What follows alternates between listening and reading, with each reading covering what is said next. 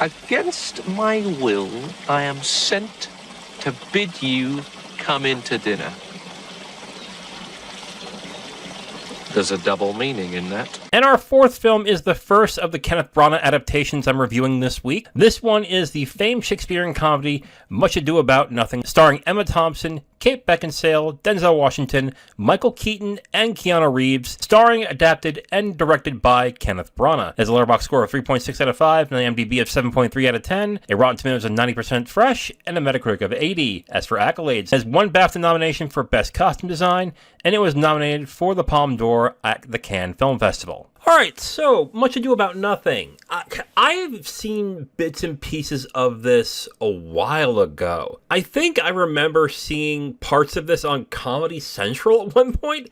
I swear it's Comedy Central. I know I didn't watch Bravo at all when I was younger, so I think this was like an afternoon movie at some point, and I was flipping channels, and I saw this, and I was like, what is Keanu Reeves doing here? But anyway, I finally saw the entire movie, and I quite liked it. I thought this was a fun movie. This one was so much fun. There's just something about a film where you just feel like everyone's having a great time. Everyone is enjoying themselves. They're in a beautiful place. They're dancing, they're smiling and having fun. And even with any problems the film has, it just is so inviting that you want to join in and you want to watch and be a part of it. And that's kind of how I felt watching this movie. It was so funny and fun to watch. The performances in this film are really good. I mean, the vast majority of the cast is great. Emma Thompson, Kenneth Branagh, Robert Sean Leonard, Kate Beckinsale. Denzel Washington is very good in this film. I liked almost all the actors in this film. By the way, Emma Thompson, secret hottie back then? My God, she is beautiful in this movie. I also think the location and lighting are really well shot. Like, this film's gorgeous. Not only just the location, but how the film is shot, how it looks, the color,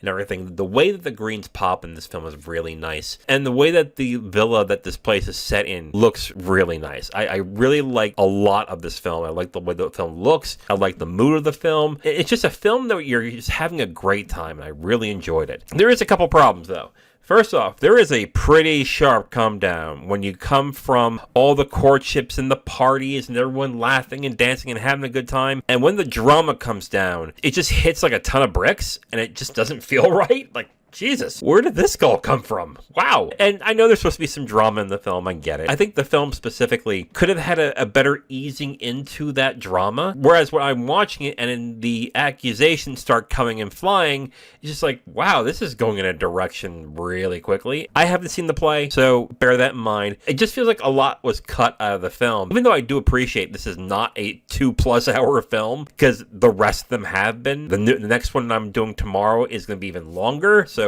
that'll be fun. I just think the sudden shift in comedy to drama was a bit jarring. But the one big problem I have with this film, and I think if all of you know about this film, you probably know what I'm going to talk about, it's Keanu Reeves, because he's awful in this. He is so bad in this. Some defend him in this film, saying with the campy nature of the film, he kind of fits in this villain role. I just think he's awful.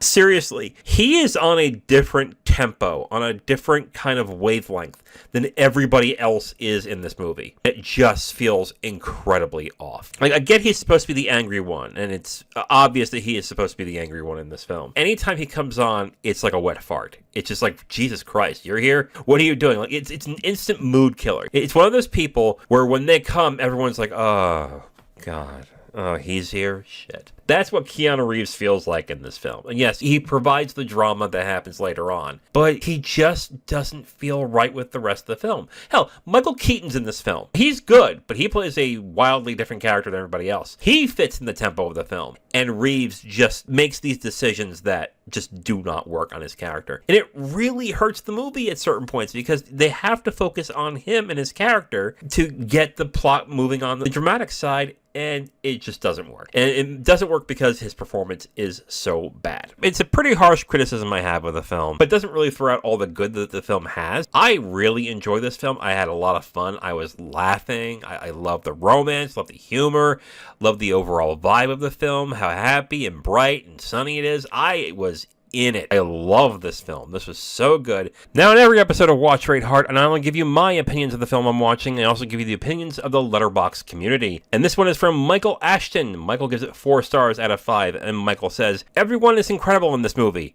Oh, wait. Keanu Reeves has line in this. Correction.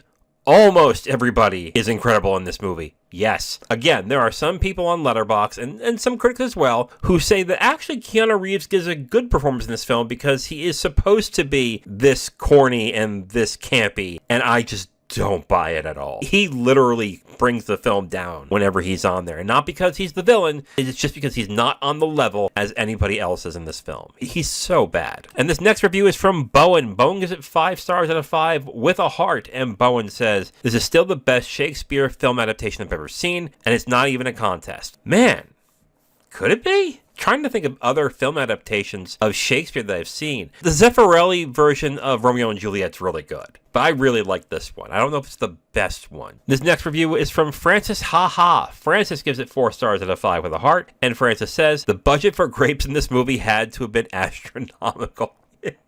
Yeah, there's a lot of people eating grapes in this film, but, you know, I like grapes too, so what's the harm in that? And this last review is from Kendra27. Kendra, if your last part is something different, I can't read it, I'm sorry. I'm assuming they're Roman numerals. Kendra gives it 4 stars out of 5 with a heart, and Kendra says, "Shakespeare was right. Life is about being hot, talking witty nonsense, and pranking people into getting married." Isn't marriage kind of a prank? No, I can't do that. I'm sorry. I'm sorry, I can't do that. So, in review, I think Much Ado About Nothing is hilariously witty, warm, and endearing. It's got great performances by almost all the cast, specifically Emma Thompson, Kenneth Branagh, Robert Sean Leonard, Kate Beckinsale, and Denzel Washington. I think they're all fantastic. And the location and lighting are beautifully shot. However, I have a couple of issues. The transition from comedy to drama is pretty sharp and it is a little jarring, and Keanu Reeves' performance is awful. It is so bad. But even with that in mind, overall, I'm going to give Much Ado About Nothing 4 stars out of 5 with a heart. I really enjoyed this film. Thought it was a lot of fun, really warm and inviting. I was really into this film. A part of me wants to see the play just to see if maybe the transition from comedy to drama is as sharp as it is in the film. But I found that to be my only problem. And of course, Keanu Reeves' awful performance. But overall, great film. I definitely enjoyed it. 4 stars out of 5 from me for Much Ado About Nothing. If you liked any of the reviewers I've highlighted in this episode, you can check out the description for a link to their Letterboxd profile. Be sure to give them a follow and let them know that Brad from Watch Rate Heart sent you. You can follow me on Letterboxd and X at Watch Rate Heart. Please like and subscribe if you enjoy this and share with your friends. I'm Brad from Watch Rate Heart. Thank you for watching, and remember, we all watch and rate movies, but you give them the heart that makes them live forever.